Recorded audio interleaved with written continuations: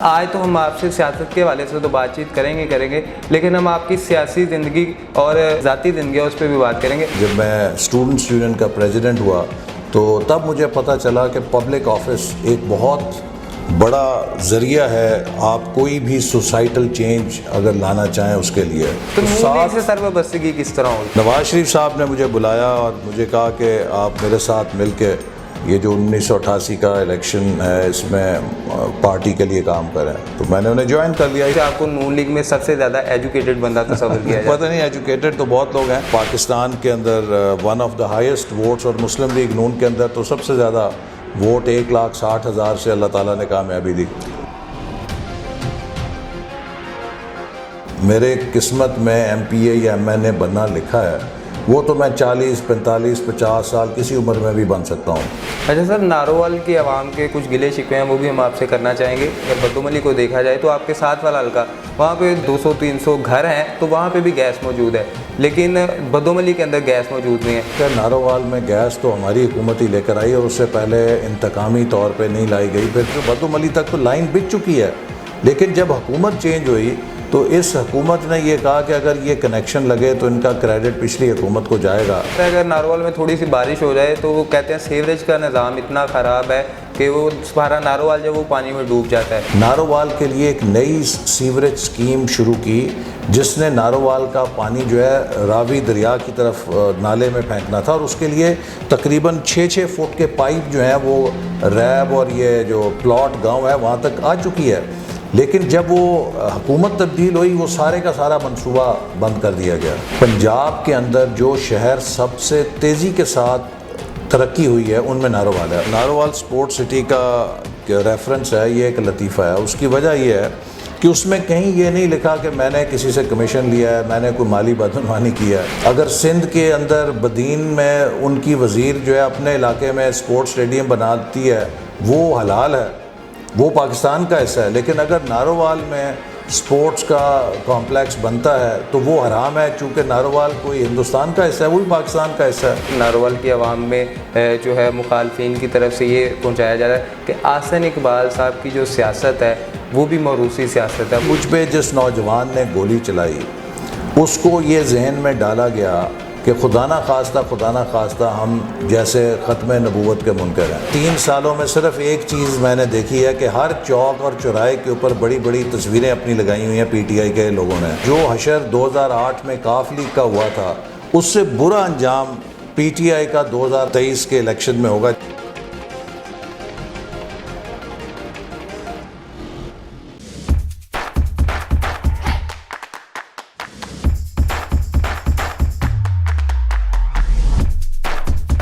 السلام علیکم ناظرین، سفر.pk کے ساتھ میں ہوں آپ کا میزبان مہران ناصر۔ ناظرین، آج جس علاقے میں ہم موجود ہیں وہ علاقہ ہے نارووال کا، اور جب نارووال کا نام ذہن میں آتا ہے تو ایک ایسی سیاسی شخصیت کا نام بھی ذہن میں آتا ہے۔ اگر ان کا میں مختصر سا تعارف کرواتا چلوں تو وہ اس حلقے سے 5ویں مرتبہ رکن قومی اسمبلی منتخب ہوئے ہیں۔ ان کے پاس بہت سی وزارتیں رہی جن میں سر فہرست interior, education, planning and development, اس کے ساتھ ساتھ ان کا پڑھانے کے ساتھ بھی تعلق ہے۔ جی ہم بات کروں کہ ایسی شخصیت کی جو اپنا ہر کام آسان طریقے سے کرتے ہیں اور ان کا اقبال بہت زیادہ بلند ہے، جناب پروفیسر احسن اقبال صاحب۔ السلام علیکم سر۔ جی وعلیکم السلام۔ اچھا سر، آج تو ہم آپ سے سیاست کے حوالے سے تو بات چیت کریں گے لیکن ہم آپ کی سیاسی زندگی اور ذاتی زندگی اس پہ بھی بات کریں گے۔ سب سے پہلے سر آپ مجھے یہ بتائیے کہ آپ اپنے دن کا آغاز کس طرح کرتے ہیں؟ دیکھیے، دن کا آغاز تو ہر انسان کی خواہش ہوتی ہے کہ وہ اللہ کے حضور سجدے سے ہی کرے اور نماز فجر کے بعد دن شروع کرے، اور اس کے بعد پھر دن میں جو اخبارات ہیں ان کا آپ مطالعہ کرتے ہیں تاکہ آپ کو حالات حاضرہ سے باخبر ہوں۔ پھر اس کے بعد جو روٹین کی مصروفیات ہیں وہ شروع ہو جاتی ہیں، جس میں پارٹی کی میٹنگز ہوتی ہیں یا پھر پارلیمنٹ کی کارروائی ہوتی ہے، تو جو آفیشیل انگیجمنٹس ہوتی ہیں وہ پھر کام شروع ہو جاتا ہے۔ اچھا سر، آپ کا بچپن کیسا تھا اور آپ پھر پروفیسر بھی بنے، انجینئر بھی بنے اور پھر سیاست بھی، اس حوالے سے سر کچھ؟ جی دیکھیے، میرا بچپن جو ہے ابتدائی جو تعلیم ہے وہ تو کراچی میں ہوئی۔ میرے والد صاحب کی وہاں پہ جاب تھی، انجینئر تھے وہ، تو کراچی میں ابتدائی تعلیم لینے کے بعد میں پھر 8ویں جماعت میں پی ایف کالج سرگودا جو کیڈٹ کالج ہے اس کا امتحان دیا، اور اس میں اللہ تعالیٰ نے کامیاب کیا تو میں وہاں چلا گیا. میٹرک میں نے پی ایف کالج سرگودا سے کیا, اور پھر لاہور گورنمنٹ کالج میں مجھے داخلہ ملا. وہاں سے میں نے F S C pre engineering کی. جب میں ایف ایس سی کا امتحان دے رہا تھا تو اسی دوران میرے والد صاحب کا بھی انتقال ہو گیا. تو اس کے بعد پھر ایک زندگی میری جو ہے وہ عملی میں شعبے میں یا میدان میں داخل ہو گئی. سو زندگی میں بہت شروع میں ہی آغاز میں تمام جو میں گھر کا سب سے بڑا تھا تو وہ ذمہ داریوں کا بوجھ بھی پڑ گیا. تو انجینئرنگ یونیورسٹی کے دوران طالب علمی میں جو میری اپنی گھر کی ذمہ داریاں تھیں وہ بھی مجھے والدہ کے ساتھ مل کے ادا کرنی ہوتی تھیں. تو وہ ایک زندگی میں انسان وقت سے پہلے کافی مشاہدات کر لیتا ہے, اس میں ذمہ داری کا احساس پیدا ہو جاتا ہے. لیکن جو ایک میرے لیے جس چیز نے سیاست میں بہت مجھے مدد کی وہ انجینئرنگ یونیورسٹی میں اسٹوڈنٹس یونین کا تجربہ تھا. اللہ تعالیٰ کے فضل سے وہاں پر میں اسٹوڈنٹس یونین کا صدر منتخب ہوا, اور اس حیثیت میں جو میں نے عملی طور پہ طلباء کے لیے کام کیے اور جو مجھے پالیسی سازی کا تجربہ حاصل ہوا, اس نے پھر بعد میں آنے والی زندگی میں میدان سیاست کے اندر میری بہت مدد کی. اچھا سر, سیاست میں شوق کس طرح آیا پڑا سیاست میں آنے کا؟ آپ کی والدہ بھی سیاستدان تھی اور اس سے پہلے آپ کے جو نانا تھے وہ بھی انگریز دور میں سیاست کرتے تھے, تو کیا یہی وجہ تھی جس نے آپ کو سیاست کی طرف؟ جی میں سمجھتا ہوں کہ ایک تو جیسے وہ کہتے ہیں نا کہ جینز میں آپ کو ملتی ہے وراثت میں. میرے جو نانا ہیں چودھری عبد الرحمن خان, وہ پارٹیشن سے پہلے 22 سال تقریباً ایم ایل اے صوبائی اسمبلی کے ممبر منتخب ہوتے رہے ضلع جلندھر سے. اور پھر والدہ نے بھی 1985 میں خواتین کی مخصوص نشستوں پر قومی اسمبلی کے ممبر ہونے کا اعزاز حاصل کیا. تو ایک خاندان میں رجحان تھا سیاست کا. لیکن جیسے میں نے آپ کو کہا کہ جب میں اسٹوڈنٹس یونین کا پریزیڈنٹ ہوا تو تب مجھے پتہ چلا کہ پبلک آفس ایک بہت بڑا ذریعہ ہے آپ کوئی بھی سوسائٹل چینج اگر لانا چاہیں اس کے لیے. اور اس سے پھر میری دلچسپی عملی میدان میں سیاست کی ہوئی. لیکن مجھے یہ تھا کہ مجھے سب سے پہلے اپنی تعلیم مکمل کرنی چاہیے. اور میں آپ کو ایک واقعہ سناتا ہوں کہ 1984 میں جب میرا داخلہ ہوا امریکہ کی ٹاپ جو بزنس اسکول تھا وارٹن اسکول, تو اسی وقت میرے ایک کزن تھے جو پریزیڈنٹ ضیاء کے سیکیورٹی آفیسر تھے. تو وہ اس میٹنگ میں موجود تھے جہاں پر 4 افراد نے بیٹھ کے یہ فیصلہ کیا کہ 1985 میں الیکشن ہو گئے. تو انہوں نے آ کر کہا کہ ہم اپنے ضلع کے اندر ایک پینل بنا رہے ہیں اور اس میں ایم پی اے کی سیٹ خالی ہے, تو آپ اگر اس میں آ جائیں تو 200% آپ کی کامیابی ہو سکتی ہے, اور آپ نے اگر سیاست ہی کرنی ہے تو آپ کو اتنی جلدی ہیڈ سٹارٹ مل رہا ہے تو آپ اس کو موقع کا فائدہ اٹھائیں. اب میرے لیے ایک بہت بڑا چیلنج ہو گیا کہ ایک طرف میری ڈریم جو ہے وہ میرے دروازے پہ دستک دے رہی ہے کہ اگر میں نے سیاست ہی میں عملی طور پہ قدم رکھنا ہے تو مجھے تشتری پہ رکھ کے ایم پی اے کی سیٹ مل رہی ہے. دوسری طرف دنیا کے بہترین بزنس اینڈ مینجمنٹ اسکول میں ایم بی اے کے لیے میرا داخلہ بھی ہوا ہے, کیا میں اسے فورگو کر دوں؟ تو میں نے پھر انہیں سوچ کے کہا کہ دیکھیں اگر اللہ تعالیٰ نے میرے قسمت میں ایم پی اے یا ایم این اے بننا لکھا ہے وہ تو میں 40 45 50 سال کسی عمر میں بھی بن سکتا ہوں, لیکن اگر تعلیم کا یہ موقع میں نے چھوڑ دیا یہ میں دوبارہ حاصل نہیں کر سکوں گا. تو میں تو پڑھنے جا رہا ہوں. تو بلکہ مجھ سے بڑے ناراض ہوئے کہ آپ ناقدری کر رہے ہیں, اتنی آپ کو گھر پہ آفر مل رہی ہے. تو میں نے کہا جی دیکھی جائے گی. تو میں پھر امریکہ پڑھنے چلا گیا اور 1986 میں واپس آیا. اور یہ بھی میں آپ کو بتاؤں کہ جب میں نے امریکہ اپلائی کر رہا تھا تو اس یونیورسٹی کے ایڈمیشن ایسے میں ایک سوال یہ تھا کہ اگر ہم آپ کو داخلہ دیں تو آپ ڈگری کے 10 سال بعد خود کو کہاں دیکھتے ہیں؟ تو میں نے اس میں یہ لکھا تھا کہ 10 سال بعد میں ایک پبلک آفس کے ذریعے اپنے ملک کی خدمت کرتا ہوا خود کو دیکھتا ہوں. تو یہی وجہ ہے کہ سر سیاست کو چھوڑ کے آپ نے تعلیم کو ترجیح دی اور اسی وجہ سے آپ کو نون لیگ میں سب سے زیادہ ایجوکیٹڈ بندہ تصور کیا جاتا ہے. پتہ نہیں, ایجوکیٹڈ تو بہت لوگ ہیں, لیکن میرا تعلیم سے ہمیشہ سے ایک یہ یقین رہا ہے کہ تعلیم کے ذریعے ہی انسان زندگی میں ترقی کر سکتا ہے. اور اس حوالے سے جب میں نے امریکہ سے 1986 میں ڈگری ختم کی تو سیدھا پاکستان کا سفر اختیار کیا اور 86 میں واپس آیا اور 1993 میں اللہ تعالیٰ کے فضل و کرم سے میں نے MNA کا حلف اٹھایا نون لیگ کی سیٹ سے. جی. تو نون لیگ سے سر وابستگی کس طرح ہوئی؟ نون لیگ سے اس طرح وابستگی ہوئی کہ 1988 میں جب الیکشن آیا تو نواز شریف صاحب کو چند دوستوں نے میرا تعارف کرایا کہ یہ امریکہ سے پڑھ کر آیا اور اس کو سیاسی تجربہ بھی ہے اور پروفیشنل تجربہ بھی ہے، تو یہ جو الیکشن کیمپین 1988 کی ہے اس میں یہ آپ کی بڑی مدد کر سکتا ہے. تو نواز شریف صاحب نے مجھے بلایا اور مجھے کہا کہ آپ میرے ساتھ مل کے یہ جو 1988 کا الیکشن ہے اس میں پارٹی کے لیے کام کریں. تو میں نے انہیں جوائن کر لیا اس لیے کہ بنیادی طور پہ میں سمجھتا ہوں کہ مسلم لیگ جو ہے یہ پاکستان کی مدر پارٹی ہے، اور خاص طور پہ نواز شریف صاحب کا جو ایک ڈیولپمنٹ کا ویژن تھا بحیثیت وزیر اعلیٰ، انہوں نے متاثر کیا کہ پاکستان میں پہلی دفعہ لیڈر آیا ہے جو پیورلی ڈیولپمنٹ ویژن کو لے کر آگے چلا ہے. تو میں ان کی قیادت سے بھی متاثر تھا. تو میں نے 1988 میں مسلم لیگ کو جوائن کیا اور اسی میں الحمدللہ آج تک موجود ہوں. اچھا سر، ایک چیز جو ہم نے آبزرو کی ہے کہ کچھ لوگ جو سیاست میں کینڈیڈیٹ بن جاتے ہیں MNA کے لیے یا MP کے لیے، وہ صرف اور صرف الیکشن کے دنوں میں اپنے حلقے میں نظر آتے ہیں اور اس کے بعد نظر نہیں آتے، چاہے وہ MNA کے الیکشن کے. لیکن آپ کے پاس تو بہت سی اہم وزارتیں بھی رہی، لیکن آپ پھر بھی ہفتے کے 2 دن اپنے حلقے نارووال میں رہتے ہیں، تو اس کے پیچھے کیا وجہ ہے؟ دیکھیے، میں سمجھتا ہوں کہ یہ ایک بنیادی ڈیوٹی ہے. جو عوامی نمائندہ ایسا نہیں کرتا وہ اپنی ڈیوٹی سے انصاف نہیں کرتا. جن لوگوں نے آپ کو ووٹ دیے ہوتے ہیں وہ یہ آپ سے توقع رکھتے ہیں کہ آپ ان کے مسائل کو حل کرنے کے لیے دستیاب ہوں گے، اور اگر آپ حلقہ چھوڑ کے چلے جائیں تو پھر لوگ آپ سے الیکشن میں بدلہ لیتے ہیں اس کا.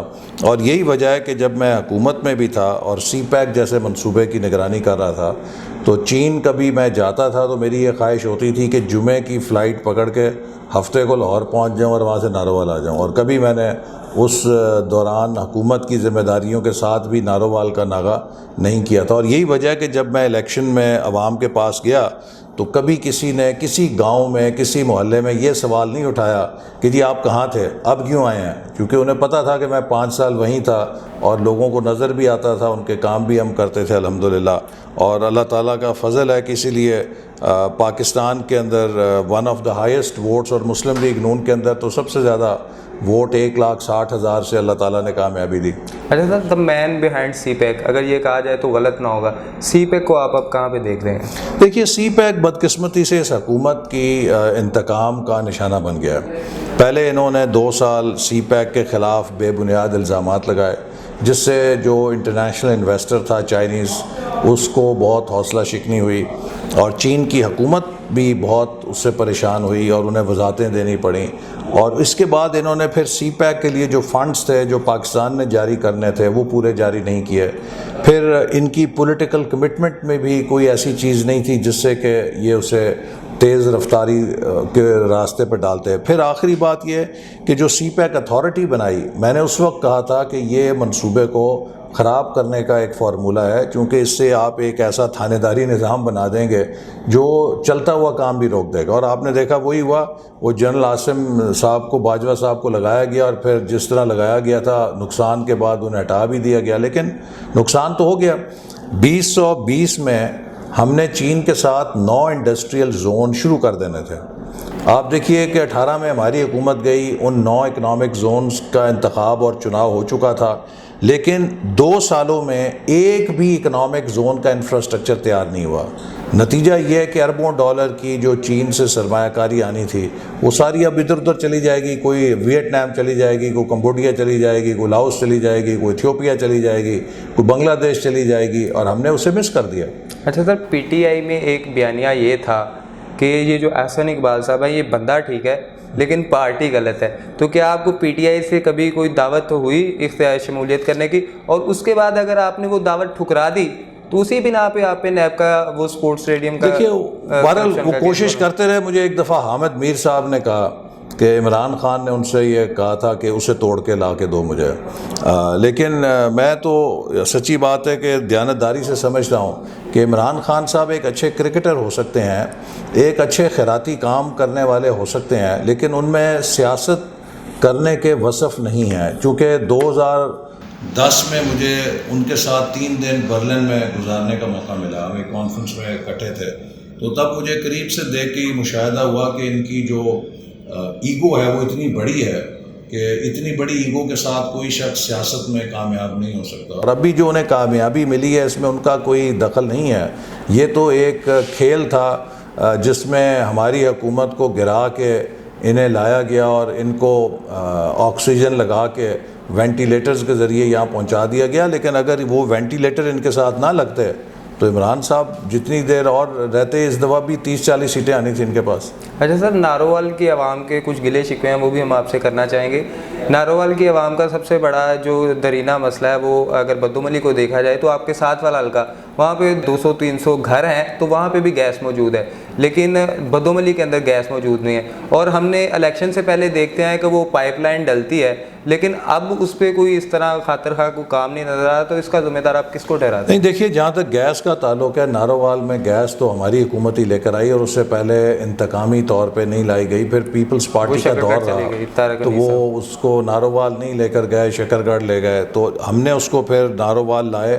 اور نہ صرف نارووال لائے بلکہ بدوملی اور نارووال بدوملی اور دیگر روٹس کے اوپر بھی جو ڈفرینٹ دیہات تھے ان کے لیے بھی اپروو کرائی, اور وہ پیسہ آج بھی پڑا ہوا ہے اپروو ہو کے. اور جو بدوملی تک تو لائن بچ چکی ہے, لیکن جب حکومت چینج ہوئی تو اس حکومت نے یہ کہا کہ اگر یہ کنیکشن لگے تو ان کا کریڈٹ پچھلی حکومت کو جائے گا, تو اس کو کچھ بھی نہیں کیا. 3 سال گزر گئے ہیں کہ بدوملی کے اندر سوئی گیس پہنچی ہوئی ہے, پائپ لائن پہنچی ہوئی ہے, اس کا پیسہ موجود ہے, لیکن اس کے کنیکشن لوگوں کو نہیں دیے گئے. اب اس کا قصور تو اس موجودہ حکومت کو ہی آپ قصوروار کہہ سکتے ہیں. اور سر یہ بھی دیکھا جاتا ہے اگر نارووال میں تھوڑی سی بارش ہو جائے تو وہ کہتے ہیں سیوریج کا نظام اتنا خراب ہے کہ وہ سارا نارووال جب وہ پانی میں ڈوب جاتا ہے. لیکن کیا اس کی ڈرینیج کا سسٹم نہیں کیا گیا, یا سیوریج کی اس کی وجہ یہ ہے کہ دیکھیے, نارووال کی آبادی پنجاب کے اندر جو شہر سب سے تیزی کے ساتھ ترقی ہوئی ہے ان میں نارووال ہے. اس کی وجہ کیا ہے کہ نارووال کا انفراسٹرکچر ہم نے امپروو کیا, نارووال میں 3 یونیورسٹیاں بنا دیں,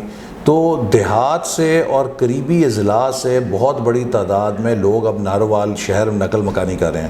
اور اس بڑھتے ہوئے آبادی کے دباؤ کے پیش نظر ہم نے نارووال کے لیے ایک نئی سیوریج سکیم شروع کی, جس نے نارووال کا پانی جو ہے راوی دریا کی طرف نالے میں پھینکنا تھا, اور اس کے لیے تقریباً 6-6 فٹ کے پائپ جو ہیں وہ ریب اور یہ جو پلاٹ گاؤں ہے وہاں تک آ چکی ہے. لیکن جب وہ حکومت تبدیل ہوئی وہ سارے کا سارا منصوبہ بند کر دیا گیا.